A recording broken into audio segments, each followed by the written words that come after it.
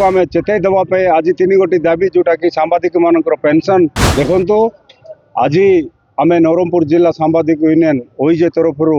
आज आम जिलापाल कार्यालय सम्मुख में प्राय 10 गोटी ब्लॉक शताधिक सांबादिक आज आम धारणार बसलु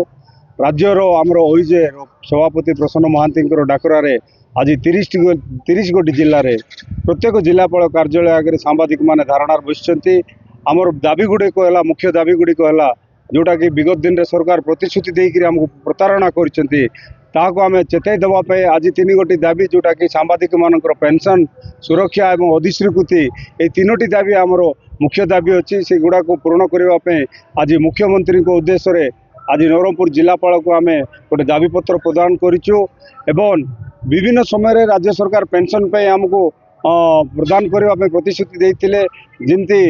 सारा भारत वर्ष में 18टी राज्य में पेंशन व्यवस्था लागू अच्छी किंतु आमको आज जाए ताही पारने आमर पड़ोसी जिला पड़ोसी राज्य जोटा छत्तीसगढ़ सेठी सांबादिक सुरक्षा आईन से प्रणयन होती किंतु आम जिले में हो पारना तेणु आमर यही दाबी गुड़क जदि शीघ्र पूरण न करा जाए ताहले आम सारा राज्य में आंदोलन को तीव्र करने आम सब प्रस्तुत होकर अच्छु।